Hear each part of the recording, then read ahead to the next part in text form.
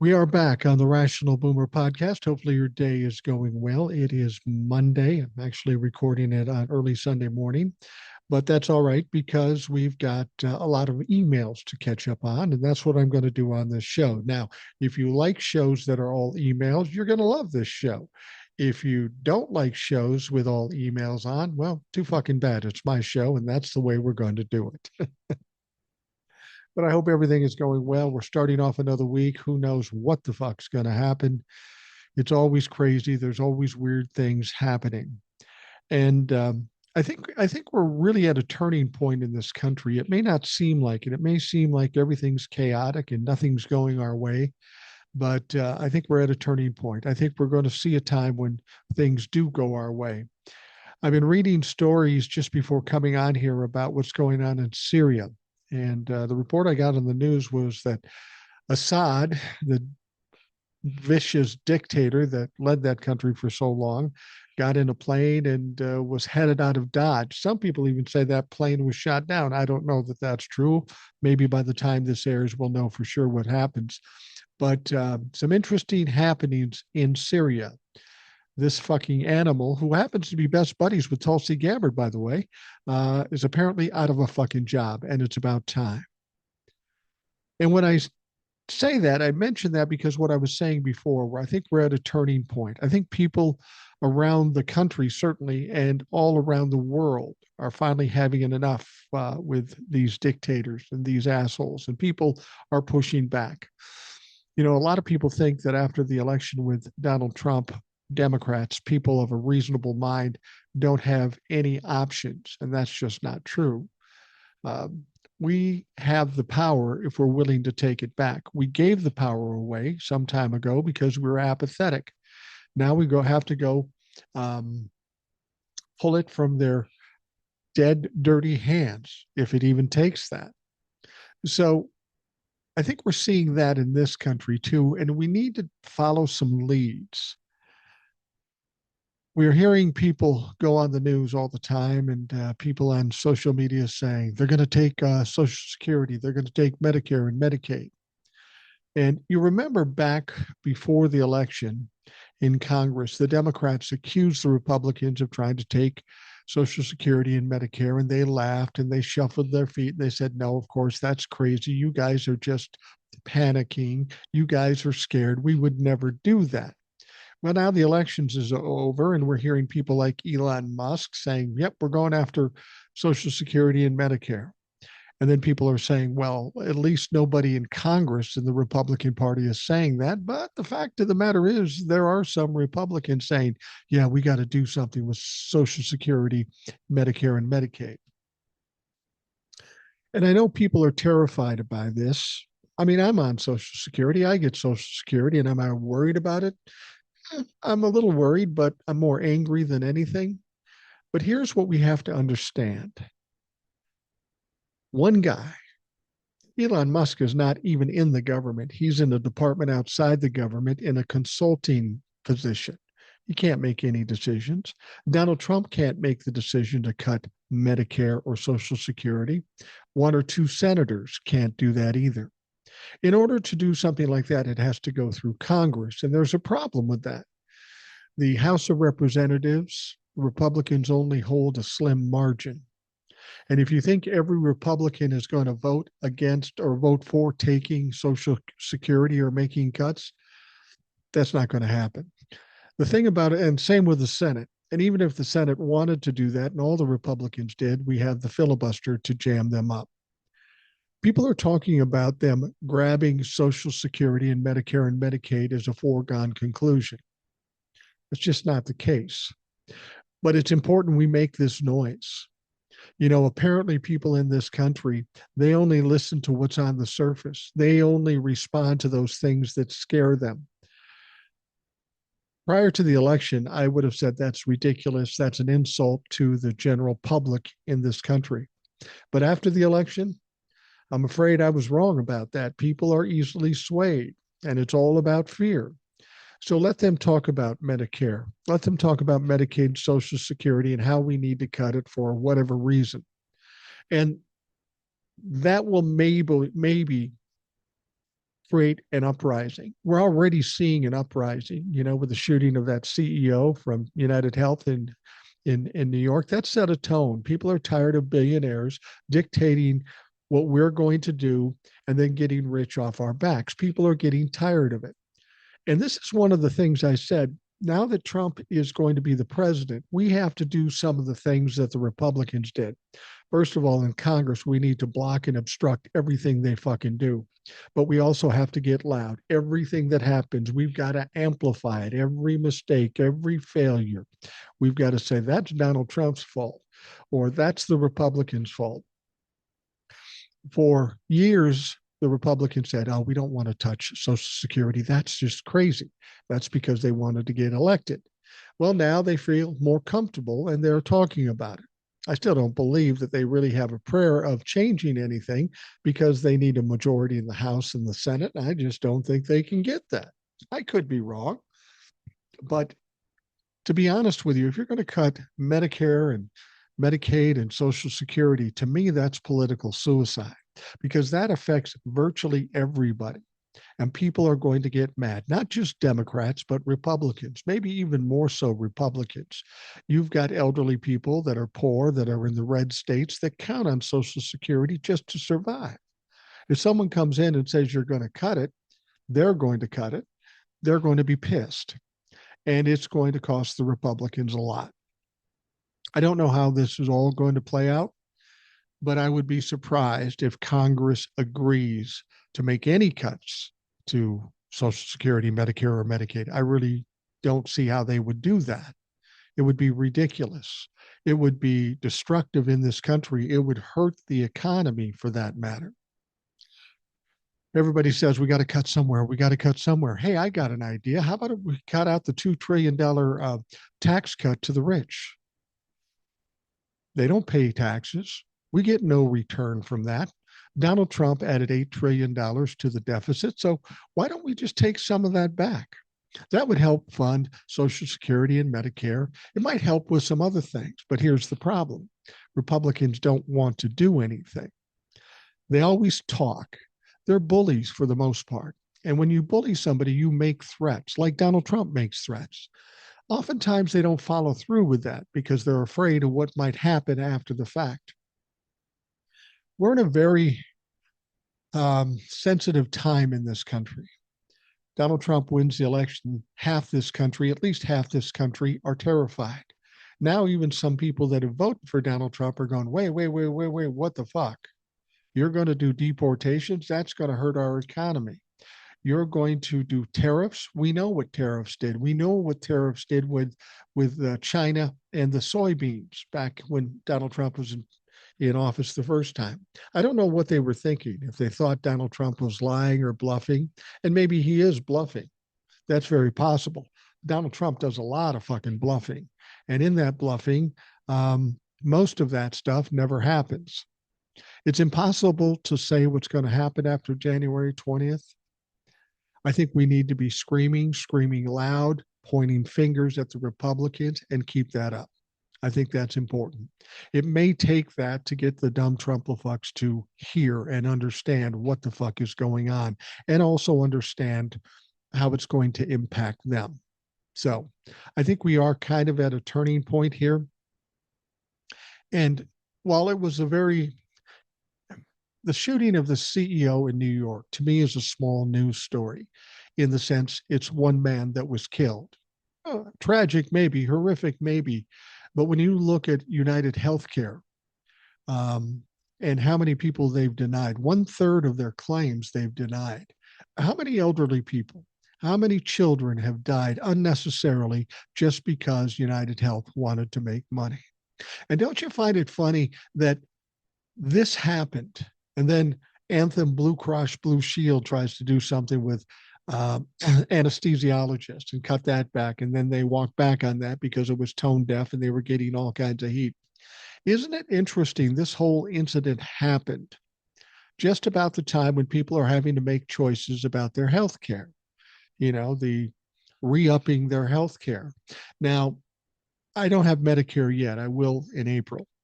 And you look at all the accessory accounts that you have to have with your Medicare. And I know that Health United Health has a Medicare Advantage, which really isn't Medicare. It's a private industry or public industry that's supporting it, and it would be United Health in this case. But if I'm somebody getting Medicare for the first time and I have to get that uh, subsidy or this accessory to my Medicare, you think I'm going to go to fucking United Health when I know they turn down 1/3 of all claims? Fuck no. This is going to cost United Health a lot of money. Now they're huge and they're worth a lot of money. It probably won't harm them at first. I just find it interesting that it would happen at this time. What else I find interesting is the fact that they decline 1/3 of their claims. How come we didn't know about this before? Didn't seem very hard for them to come up with these numbers, but these numbers didn't come up until after this killing. See, this is where the media is dropping the ball. This is where the media is shitting their bed. This stuff is out there. If you want to hold people to account, if you want to take them to task, that opportunity is there. The information is there, but the media, the insurance companies, the government never told us before. It had to be something like this to happen for us to hear what the truth is about United Health and some of the others. I just think we're at a turning point. People have had enough. They're terrified and they're going to push back. I don't think that means that people are going to be fighting in the streets, but they're going to be talking loud. Public opinion will be affected. And that is the one weapon we have in this country as reasonable minded people in this country, meaning half this country. So hopefully that's true. We will see what happens. We've got some emails to get to, so let's get to them. Dear Mike, I appreciate your voice of reason during these mind-bending dystopian times. I'm a 61-year-old woman living in Redneck, Indiana. It cracks me up that so many take issue with your sailor language. My 81-year-old mom belongs in that camp. The thing is, I'm a fucking factory rat. I care about your heart and content. I find your language and mind fucking entertaining and fucking hilarious. That's what I keep trying to say. I'm fucking hilarious. With all we are forced to deal with, please, motherfuckers, get over yourselves. In the words from the American president, we have serious problems and we need serious people. You are one of those, Mike, and I appreciate you, Beth. Well, I appreciate you, Beth, and thank you for sending that email. And yeah, people will come to me and say, you shouldn't swear. Well, if you know me long enough, you know I don't listen to shit. And if you tell me to do something, I probably won't do it.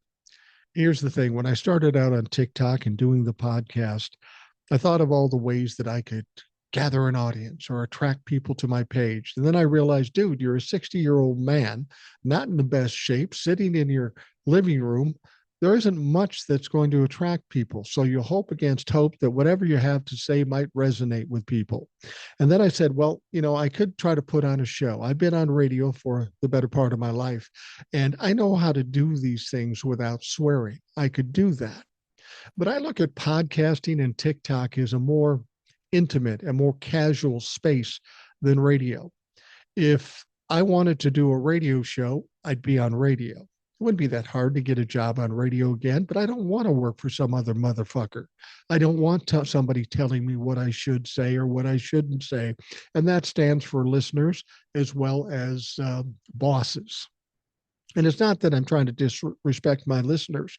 I'm just laying it all out, warts and all. This is me. If you don't like me, don't listen to me. But if you can deal with the swearing and take the information and get some value out of it, God bless you. So as much as some people would like me to stop swearing, I would say about 99% of the people who listen think otherwise. So I'm going to go with the cool crowd as opposed to the whiners that are upset by language. To me, it's just language. If this is offending you, I suggest you look at some of the things happening in this country. Tell me you're offended about that shit. The harm coming to kids, to immigrants, to women. That's what I find offensive. No, I find it fucking offensive. Swearing is the least of our worries. All right. Says, hey, Mike, I've been listening, but haven't emailed lately. Just licking my wounds, I guess. My wounds cost me 2.5K because I was so fucking blindsided. That's another thing. I heard you say people blamed you for lying to them. Tell them Philly Paul told them to shut the hell up. You were wrong. I was wrong. Half the fucking country was wrong. That doesn't make us liars. Our problem is we thought the collective intelligence of this country was higher than it actually is. You're absolutely right, Philly Paul. That may make us naive, but certainly not liars. I'm starting to feel better now. Thanks for your continuing to put up the good fight. I was happily surprised to see Joe pardon Hunter, but he can't stop there. He has to pardon everyone Dirty Diaper Donnie wants to get retribution against. Let's face it, if you give a petulant child the keys to the candy shop, you're going to have a goddamn mess on your hands, especially if that child isn't very bright. Luckily, listening to you and understanding he's not bright are the only things keeping me sane. Here's to a very long 4 years. I'm starting to feel more optimistic about coming through it in one piece. One last thing, we have a tradition to announce at our family Thanksgiving what we are thankful for. I told everyone I'll be thankful if we continue calling it Thanksgiving instead of Trumpsgiving. After all, the only thing that shithead is thankful for is himself. I could see him trying to change the name. Take care of yourself, Philly Paul. Yeah, you know, I'm a half glass full guy, as we know. And it isn't because I'm a Pollyanna or because I'm trying to fool myself. If you want to get through day to day, you got to have some positivity. If your whole day and your whole mindset is negativity, that's what you're going to get stuck with. And I refuse to be negative. If we've got a problem in front of us, the first thing is to figure out what to do with that problem. And that's what I have been doing. That's what I will continue to do. And I'm cocky enough to think that there's always a way, there's always an angle, there's always hope. Again, you can call me whatever you want, but that's how I've lived my life. And I'm sitting here right now doing pretty well. So I think I'll stick with what's worked for me. All right, next one says, hi, Mike, Jay of the Canadian Path, formerly Jay of California here. Wanted to follow up on my last email regarding my plan to go to college and university in Canada and probably go the full citizenship route. This might be the coward's way out, but if Kash Patel is the nominee for FBI director and has any realistic chance of getting in, my nature as a won't be silent liberal put me in actual danger. I'll continue to fight, but I have to stay safe. We'll stay tuned. Take care of yourself, Joe TCP. Joe, I don't see you as um, I don't see you as a coward. Okay, there's another one from him too. I'll just read this one too. Hiya, Mike. Jay from California here. Simply put, I'm a writer, not a fighter. And so while I'll continue to be an ally and a supporter of the resistance back home, Kash Patel's nomination has made me realize that I have to get the fuck out of here before I end up thrown in the gulag. Currently studying at the Santa Rosa Junior College to keep up my GED, then looking at a transfer to a college university in Canada next fall. Not giving up hope, but I'm disgusted with the US and can't stand to stick around. Happy Thanksgiving. Okay, so that one must have been his first email, and the one I read previous was the second email. And he's doing what he says he's going to do. Well, you're a young man, and you should do what you want to do. I don't see you as a coward for leaving the country. I can understand that. You and I are in different situations. You're a young man, younger man, starting out your life, going to college, and you can make the choice as to where you want to go. Over and above Donald Trump and the Trumplafucks and MAGA and all that shit, I understand there might be better opportunity for you in Canada. And best of luck if that's the choice you take. I'm not going to think any less of you. For people like me and people of my age or my age, it's a different situation. We've been here all our lives. There's really nothing to go for in another country, so we stand here and fight. With any luck, and I feel pretty confident about this, with any luck, um, we will win that fight. And then maybe at some point you come back home to the United States. But at this point, I'm not going to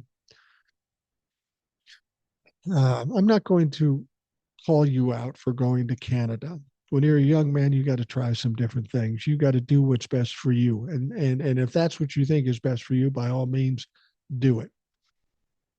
But don't give up on America, because we got some old crazy motherfuckers like myself that are going to mix things up a bit. And it's going to get a little rough on the Republicans over the next couple of years. Okay, this is something somebody sent to me. I don't know if it's true. I don't know where he gets this. It's a one-line email. He says, Mike, hello. Have you heard Trump has colon cancer? Charles. No, Charles, I haven't heard that. No media outlet is reporting that. No news outlet is reporting that. So I don't know that that's true. Now, that said, we can only hope. Thoughts and prayers for Donnie if he has colon cancer. I just hope it's stage 4. That's all I'm saying. Um, what do they call that? Schadenfreude? Taking joy in somebody else's pain? I guess I fall into that category because I'm hoping the Republicans and Donald Trump specifically suffer a lot of pain over the next couple of years. I will giggle my fucking ass off if that happens. I haven't heard if he has colon cancer. I don't know. Um, but thanks for brightening my day. That made me feel better if that's a possibility. All right. This next one wasn't signed, and I couldn't get it from the email. It says, Kristen was great. First email from me. I'm old and not real digital, but your podcast and Facebook just make my day. I've got stuff to say and share, so I'll type soon. Thank you.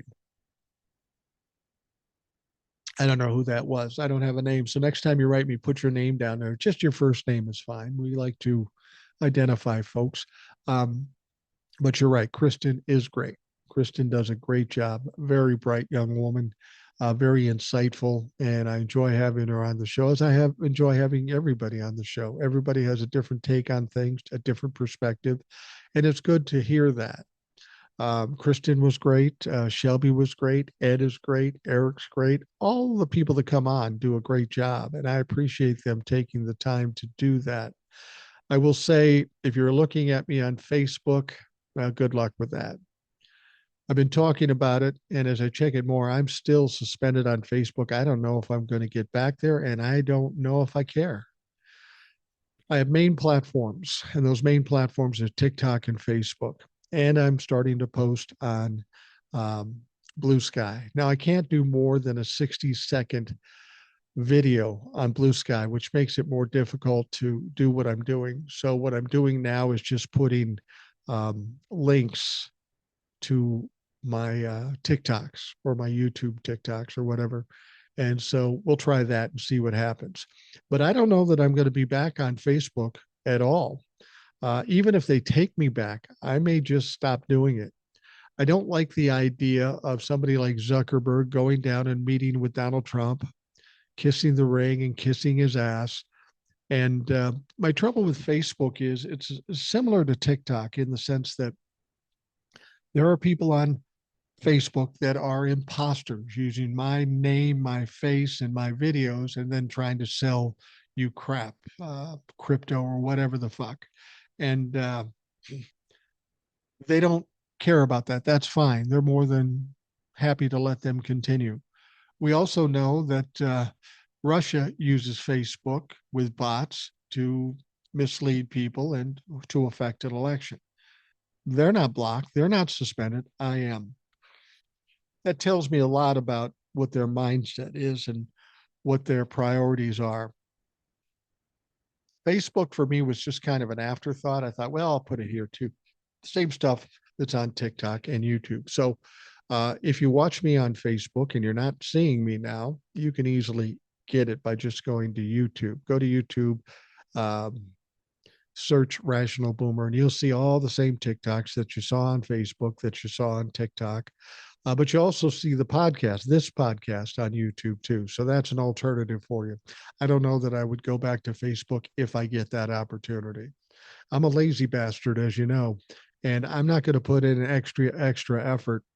You see, Facebook, I get a fair following on Facebook and I get a fair number of views, but I'm not monetized on Facebook.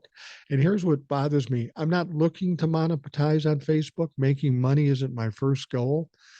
But if I could make money on Facebook, that means Facebook's making money off me. Why would I want to continue to assist them in making money? I just don't. If you're going to make money off me, give me a fucking taste.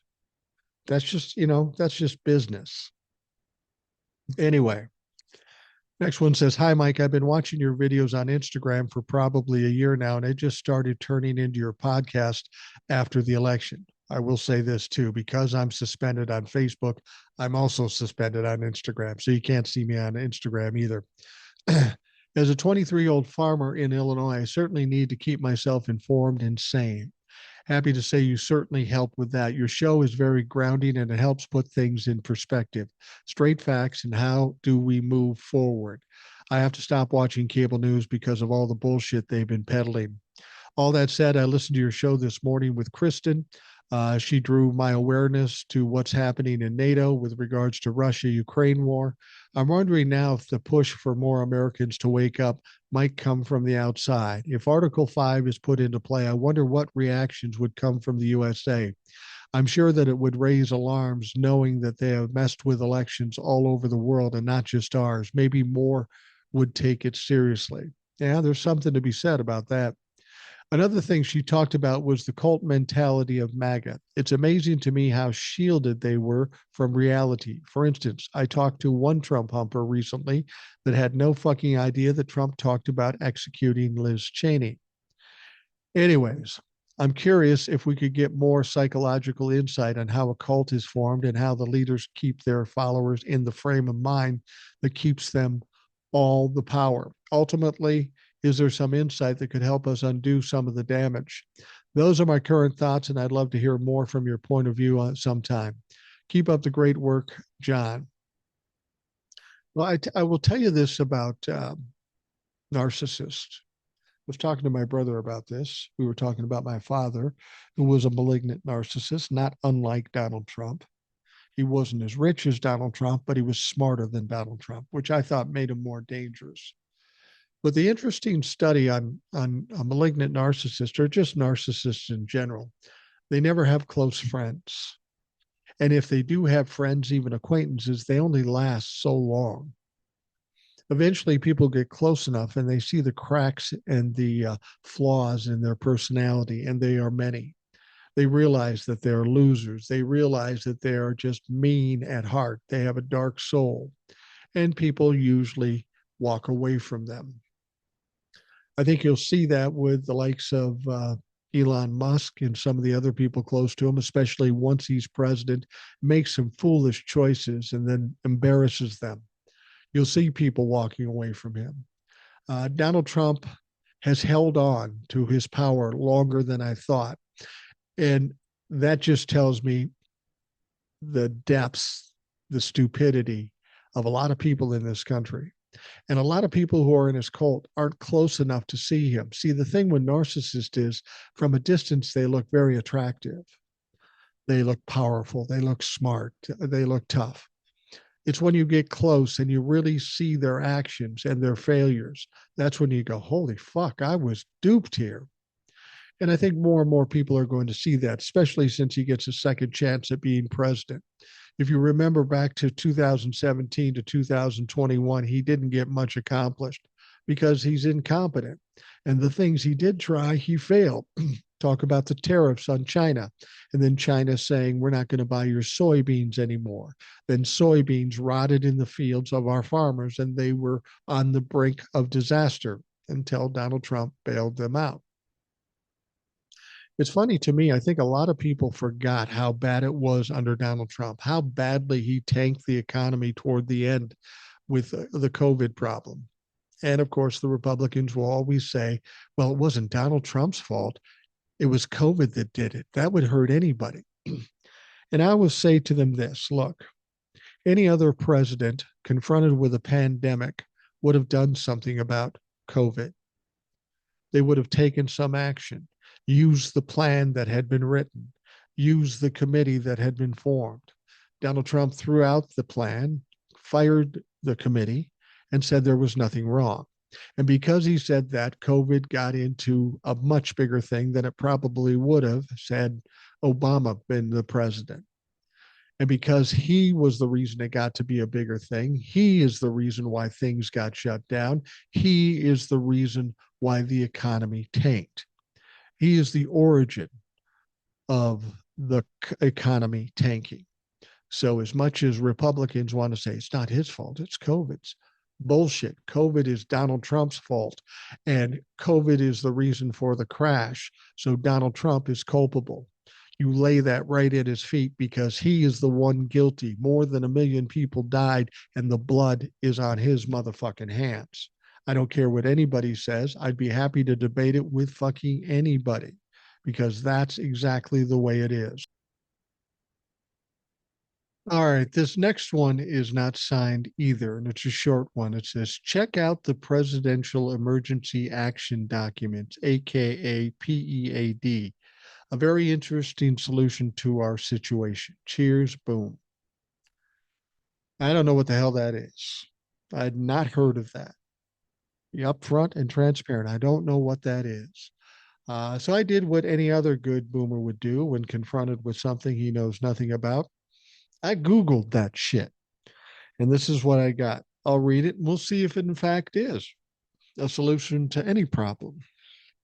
Presidential Emergency Action Documents, PEDS, are draft classified executive orders, proclamations, and messages to Congress that are prepared for the President of the United States to exercise or expand powers in anticipation of a range of emergency, hypothetical, worst case scenarios so that they are ready to sign and put into effect the moment one of those scenarios comes to pass. They are defined by the Federal Emergency Management Agency as the final drafts of presidential message, proposed legislation, proclamations, and other formal documents, including DOJ issued cover sheets addressed to the president to be issued in event of a presidentially declared national emergency. PEDS originated in the Eisenhower administration in response to fears of the Cold War and nuclear war, and are part of what is often referred to as the continuity of government planning. Two signed orders for a broad scope of issues were drafted and signed by the president, intended to be used to prevent disruption of government functions. Only a very limited number of PEDS are public knowledge, and only through secondary declassified documents that mention them. Of these, the trend of the orders is toward a severe reduction of liberty and civil rights for American citizens. No PEDS have been declassified. However, they are referred in FBI memoranda that were obtained through the Freedom of Information Act, agency manuals, and court records. The orders are classified and none have ever been publicly released or leaked. They are therefore obscure and generally unknown to average Americans, scholars, and even executive branch officials, and are sometimes referred to as secret powers of the president. Some have also called into question their constitutional viability. It should be understood that some presidential emergency powers stem from legislation that is no longer in effect. For example, the authority of the president to declare a civil defense emergency with respect to the Civil Defense Act of 1950, which ended in 1974. The fact that some publications make references to actions taken by President Eisenhower, including mock declarations of martial law, does not necessarily mean current presidents have such legal powers. Some provisions of the Defense Production Act ended at the Korean War, but could be revived by Congress. Okay. Now, I kind of know what that means. It means there's some secret documents and secret powers that a president could enact if there were an emergency of some sort. And some might say the prospect of Donald Trump becoming president constitutes an emergency. Maybe it does. Is that the answer to our problems? I don't fucking know. Would Joe Biden even do something like that? Here's the thing. Joe Biden comes from a different era. He is a legitimate, decent politician, if there ever was one, and there probably are few. Um, he doesn't like to step over norms. As much as we'd like him to see him do that, he just refuses to do it. But then, of course, he just pardoned his son, so maybe he's in a mood. Maybe he is concerned about what might come when Donald Trump is inaugurated. There are people, there are psychics, there are astrologers, there are people on TikTok saying, oh, just wait, something's happening. Something big's going to happen. I don't fall into that too much because we end up sounding like the Trumplefucks. Oh, just you wait. Just you wait and see. I don't have a lot of confidence in the Democrats or in Joe Biden to do something a little over the boundaries because they haven't done it in the past. Now, if they did, I'd be happy to be wrong in that situation. Is this an answer to some of our problems? Mainly, maybe. But is anybody willing to use that? That's the question I have. So we'll see. We'll see what happens. I personally think that assuming Donald Trump is still ambulatory, he will be inaugurated on January 20th, and we will have to deal with what we have to deal with. If something else happens, I'm cool with that. I just don't see how it's going to happen. Nothing that's happened in the last 4 years tells me anything about the Democrats or the DOJ doing anything to make Trump or MAGA accountable. They just have not been able to do it. So until they do, I'm not feeling very much confidence in their abilities. All right, the next one says, we haven't heard anything from the FBI's investigation into the two assassination attempts on Trump. Do you think they will release anything about them? My opinion is they were both staged. Thank you, Kress. Yeah, when I first heard about the first assassination attempt, immediately I thought it was staged. And then when I found out somebody died, I said, well, probably not. They wouldn't go to that extent. And then I remembered that Donald Trump let 1 million people die during COVID. So apparently collateral damage isn't a big deal to Donald Trump. There are a lot of funny issues, a lot of questions to be answered about those assassination attempts, and they don't get answered. There's no reports released. There's no doctor's reports released. So just based on that, you got to wonder, there's something fishy going on here. Do you think we'll hear anything about it? Absolutely not. If Kamala would have won, maybe. Now that Donald Trump has won, I doubt we'll hear anything about it at all, because I think there is some fishy things to it, and it would be counterproductive for Donald Trump to release anything. Everything about Donald Trump is divert, delay, distract. And that's what he's done with these assassination attempts. Under normal circumstances, with Donald Trump having an assassination attempt and standing up and raising his fist up, you would think this would be something he'd crow about all the time, but you never hear him talk about it. That tells me there's a problem somewhere in that mix that he does not want us to find out about. What it is, I don't know. But now that Donald Trump will be inaugurated as president, no, I don't think we'll hear anything about it. And the fact of the matter is this is how it goes with Donald Trump. We get some scandal, some problem, some tragedy, and we get all worried about it. And then something bigger happens. We forget all about that. I think with the election, we forgot about the assassination attempts. We were focused on what was going on November 5th. That's how Donald Trump does business. He gives us one scandal or one problem, and then he gives us a bigger one. We forget about the first. All right. Hello, Mike. I'm a fan from the West Coast of Canada. I've been heavily invested in the political scene in your country for about 8 years, ever since the Orange Clown took office the first time. I wanted to be informed as I have family in your country, including my sister as well. I know that what happens there will undoubtedly spill over in our country. And that is exactly what is happening with this tariff crap and the orange turd saying he might want to annex Canada. Fuck off, clown. And with our leader not seemingly to take a hard stance. I want to vomit when I saw the photo of Trudeau and the clown sitting together at dinner. I hope that Trudeau would have responded more like President Scheinbaum. Yeah, he didn't. And that is disappointing. I feel scared more for my 22-year-old son than myself. He is just starting out in the world and he is savvy about current events, be it politics or climate crisis. He, like a lot of Gen Zs, are living with a low, sometimes high level of anxiety. It pisses me off to no end when largely older folk can call the generation lazy. With all the obstacles my son and his peer group face, there is no bloody room for being lazy.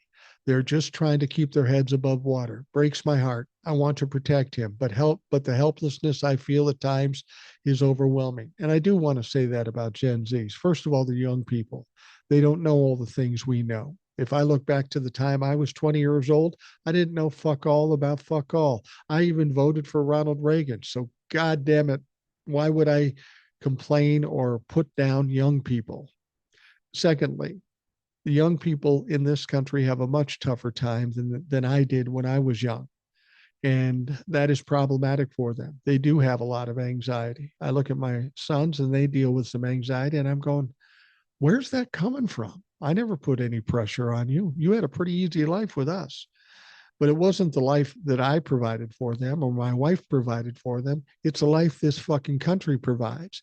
And there isn't much help, and it's very difficult. And you're absolutely right. You send these kids to college, you put them into slavery debt, you pay them shit money, and then give them housing that's too much for them to afford. How were we supposed to feel? How are they supposed to feel under those circumstances? And that was one thing I was hoping we could rectify, or at least start to rectify, with Kamala Harris as the president. But since that's not the case, the very minimum we can expect, if not disaster, we can expect the Republicans and Donald Trump will get nothing done, certainly nothing done for us. And that is troubling. I have a son that's 38 and a son that's 30, 31. And I worry about them and I worry about my grandkids. So I feel you there. He goes on to say, I'm writing primarily to let you know that I appreciate your words. Your approach this mess with a sense of calm and optimism, but not in a love and light kind of way. When I feel anxious, I listen to you and it helps. So thank you. Yeah, the love and light thing is wonderful, but you got to have people playing the same game under the same rules, and they don't. They don't play by the rules, so we are forced to not play by the rules. And that's kind of my point. You want to be a bully? Well, I'll be a bully too, and I'll push your ass back. That's the only way we can contend with these people. I also want to mention that I heard your combination with from December 3rd, and I need to disagree with your guest takes on Midas Touch. I will agree about TYT, as I think Cenk Uygur has indeed gone off the rails with his views and presents aggressive and angry. But I think that the Masalis brothers and their colleagues like Michael Popak are doing admirable work getting the fact and evidence of their viewers, listeners. And yes, they sell merch, but they're not taking any kind of corporate money. Instead, they are fully independent and are trying to stay that way. As they have gained in popularity, they require production support to keep doing what they're doing. That requires money. So I don't understand how your guest thinks they are doing what they're doing mainly for money. And I disagree that they're not trustworthy. I've been following them since the inception, and I see honorable, trustworthy people who care about democracy. Them and you, that's all I listen to if I want American political information. Though honestly, I have pulled back tremendously from what I used to listen to for my mental health. Thanks again, Boomer, for helping me get my feet on the ground. Viv from the island. Yeah, I think the Young Turks in Cenk Uygur, whatever his name is, he's off the rails. I can't listen to that fucking clown. Remember, he's the one that was talking about running for president. Remember that? I don't even think he was born in this country. He knows he can't run. It's just noise and hype and trying to get attention.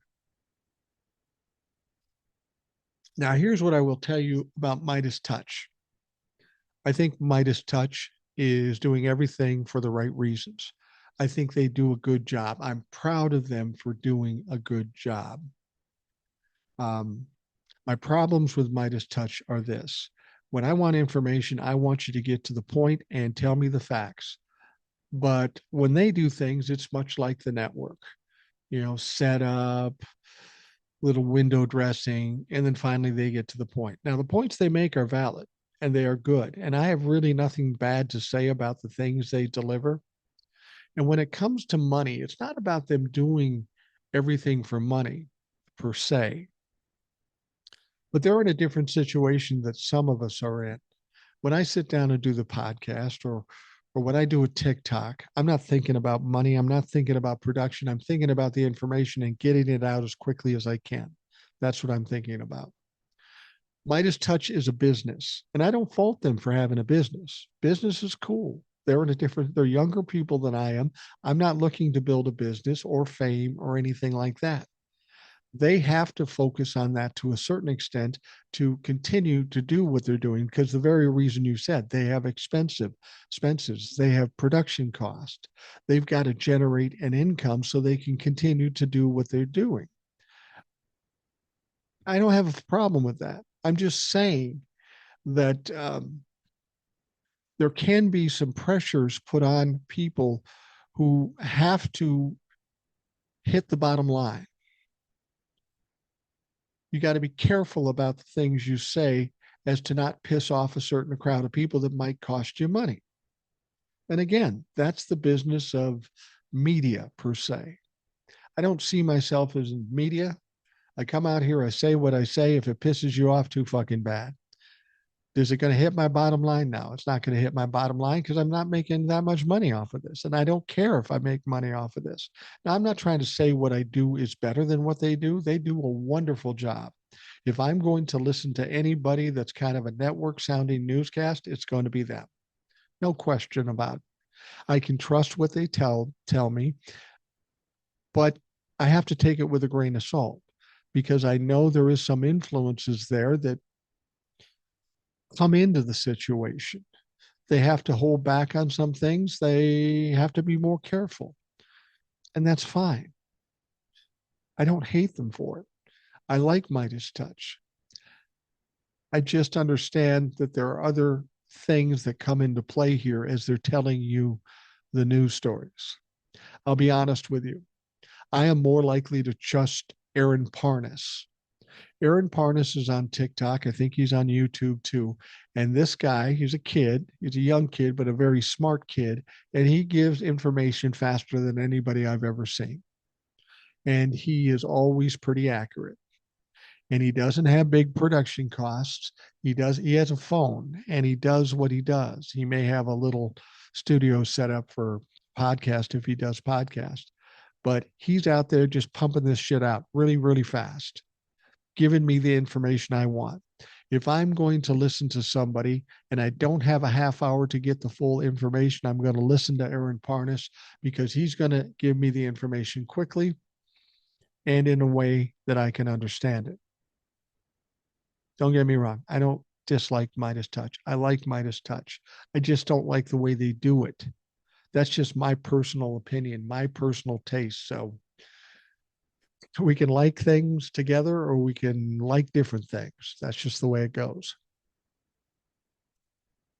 All right. Next one says, "Hi, Boomer. Do you remember the old movie, The Incredible Journey, where two dogs and a cat have to get from like Modesto to Boston to reunite with their family? If I ever watch that again, I want to watch it with Eric. He'd be like, 'Don't worry, garage door. A kindly trucker will get them to Chicago and then they'll win a photo contest and catch a U.S. air shuttle right to Boston.' My man Eric is one optimistic dude. And that optimism will come in handy the next 4 years. But respectfully, none of the 14th Amendment stuff or the NATO action or any other thing is going to stop from getting inaugurated. That's going to happen, period. I tend to agree with you.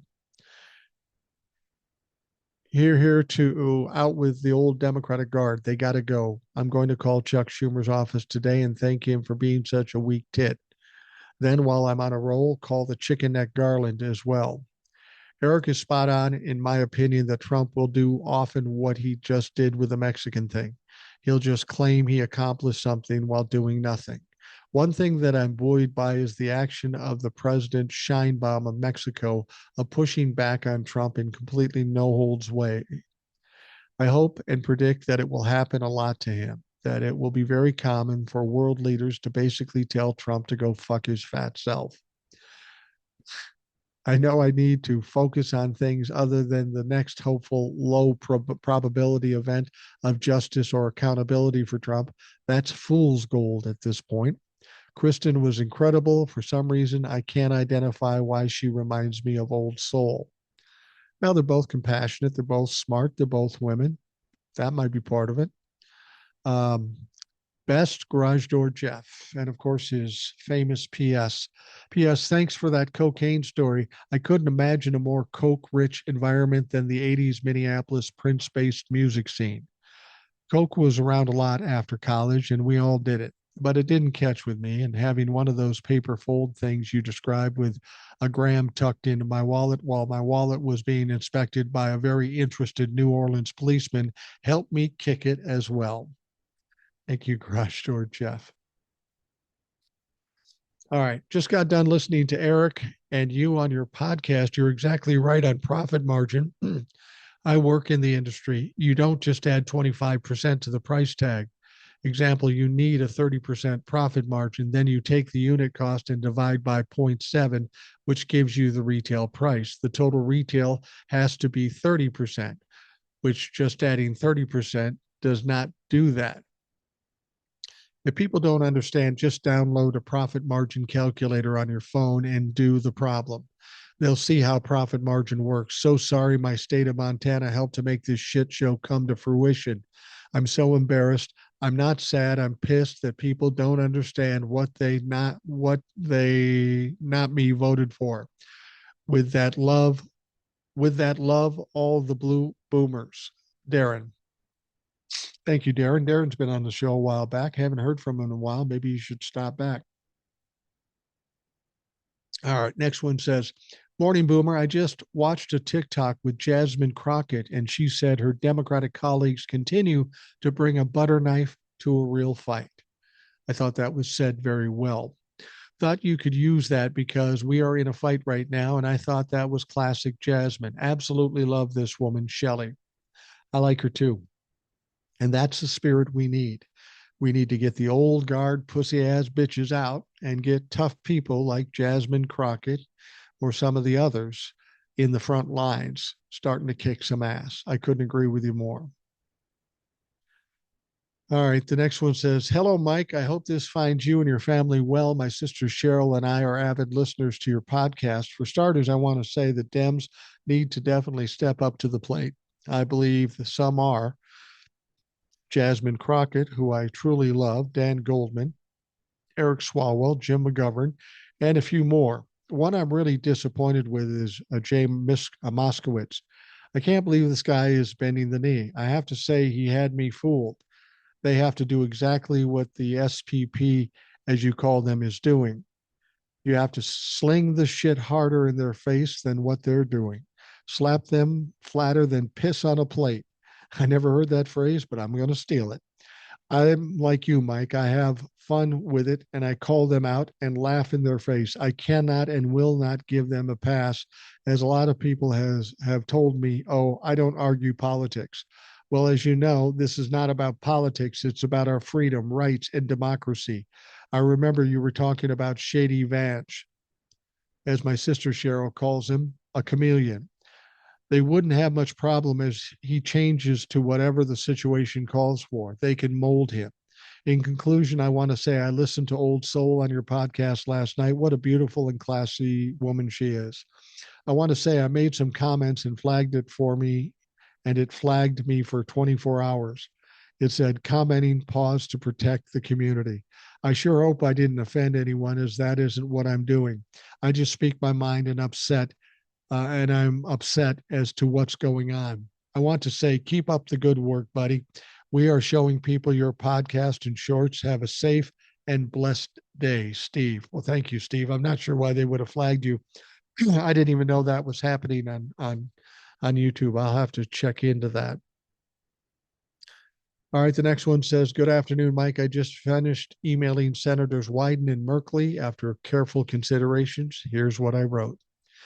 Dear Senator Wyden, we the people need you and all the rest of the Democratic Senate to fight back. Donald Trump will destroy the U.S. if he has enough of his sycophants in Congress to push legislation through. Taking the higher ground does not work. They play dirty. We need to fight back as hard and dirty as they do. Please, if you haven't already, go to Smart Elections and read about the irregularities in the 2024 election. Trump did not win the popular vote, not even 50%. Who was looking into this? Why have American news outlets not talked about this? Europe is. Why is Congress trying to make changes to Social Security now? They are already trying to reduce our benefits. We only got a stinking 2.5% raise this year. Cost of living is much higher. Senator, we need to push back hard. Don't allow the incoming administration to, as Russian news elated announced, destroy America brick by brick.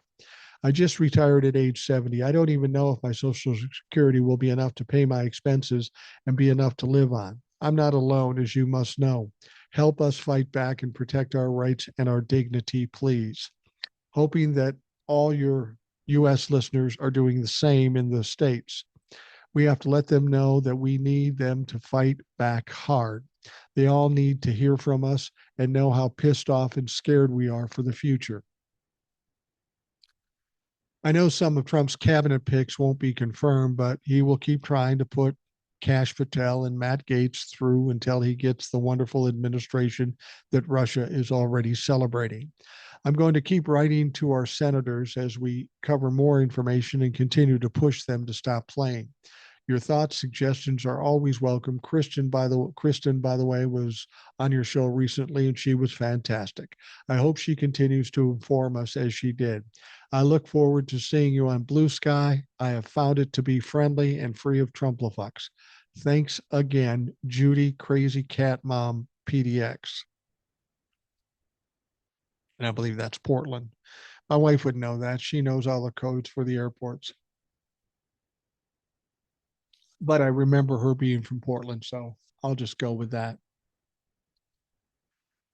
Next one. Hey, Mike. Well, here we are. My analogy of this country is on January 20th, a widespread of tornadoes will attack the country, and the blue states are stocking their basements with food and water.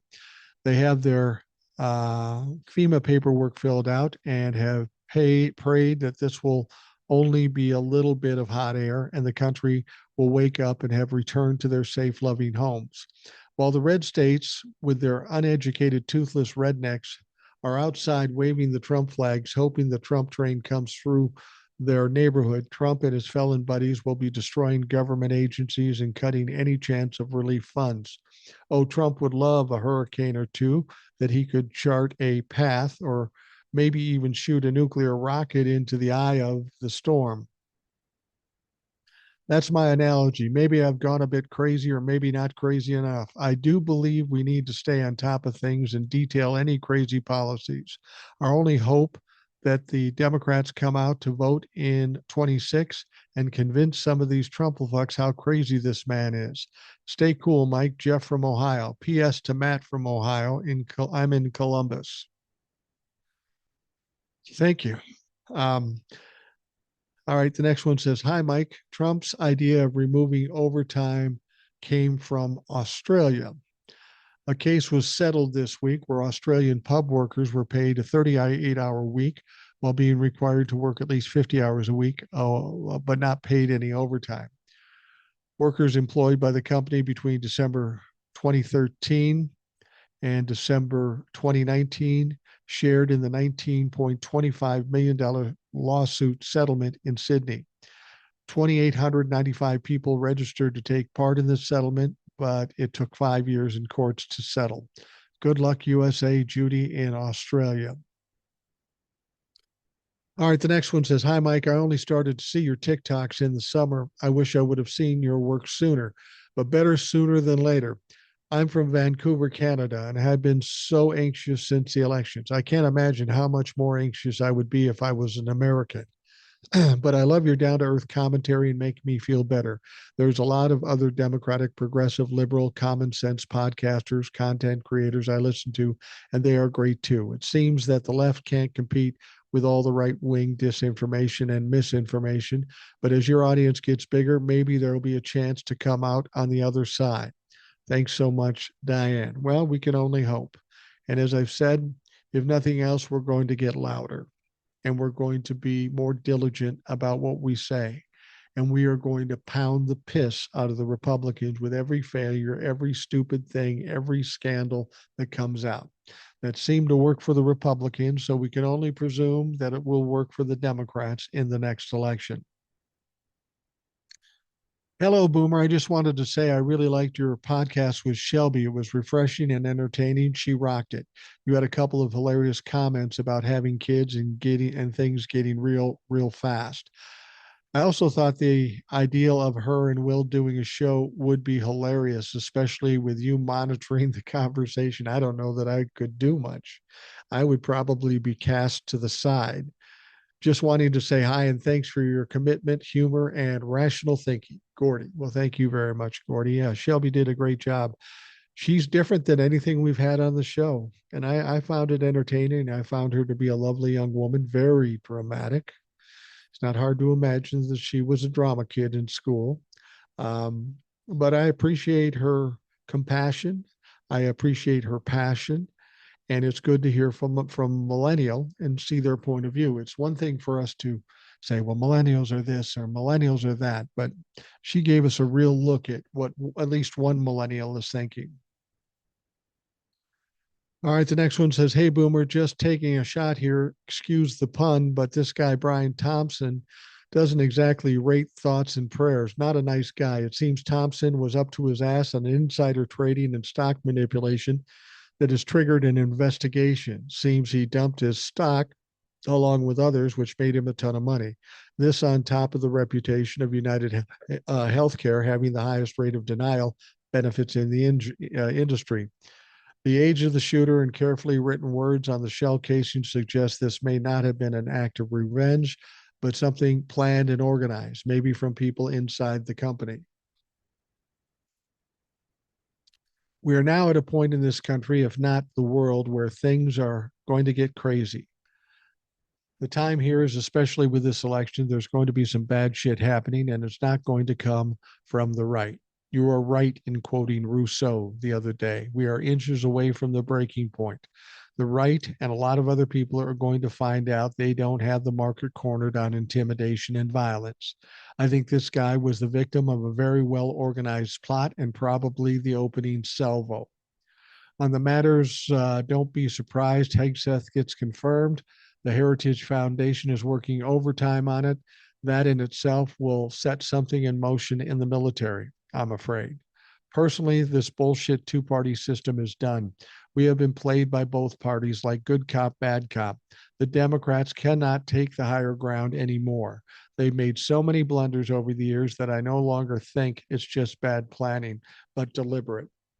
They're full of shit. We're going to go through some very rough times. These clowns will fail, but they're going to make sure they cause as much damage as possible. Be prepared for anything and expect it. The Z-Man. Yeah. I think you're right, Z-Man. I think we are at the beginning of a turning point in this country, as I mentioned earlier in the podcast. And hopefully the people, the decent people, will have had enough and will push back, because that's all we got right now. That's all we got. And we as a people have the power of public opinion, the power of pressure. We saw what that pressure did when Anthem Blue Cross Blue Shield decided to make their statement about anesthesia. And they backed off that real quick because they got hit hard. They were tone deaf by coming out with that on the day that the CEO of United Health was killed. People had their attentions raised, their antennae raised, and they shoved it back down their fucking sorry ass throats. And that's going to happen a lot. All right, haven't emailed in an extra long time, mostly because I have so much to say, and yet it always gets said. However, I want Shelby to know I think she is a fabulous individual. She had me at her first emoted voice. At first, I was thinking, does she have helium? She's fun. LOL. But then I realized how unique she is. So, Shelby, if you're listening, thank you for being you. You are a gift. And Mike, my husband and I are so thankful for you, Kate. Well, Kate, thank you very much for that. I appreciate that immensely. I appreciate all of you that listen every day. It's amazing to me that you take the time every day to listen to me and whoever else is with me on the show. Um, I appreciate it. I appreciate it not only for my own ego, but for the idea that we're pulling together people of a like mind. And hopefully, by pulling those people together, we become a stronger voice because there needs to be some strong voices coming out over the next 4 years. And I think we can and we will do that by talking loud, being diligent, and trying to carry the narrative. I'm convinced we can do that. All right. I want to thank you all for taking the time to listen today. I hope you have a great day, and we will talk to you again tomorrow.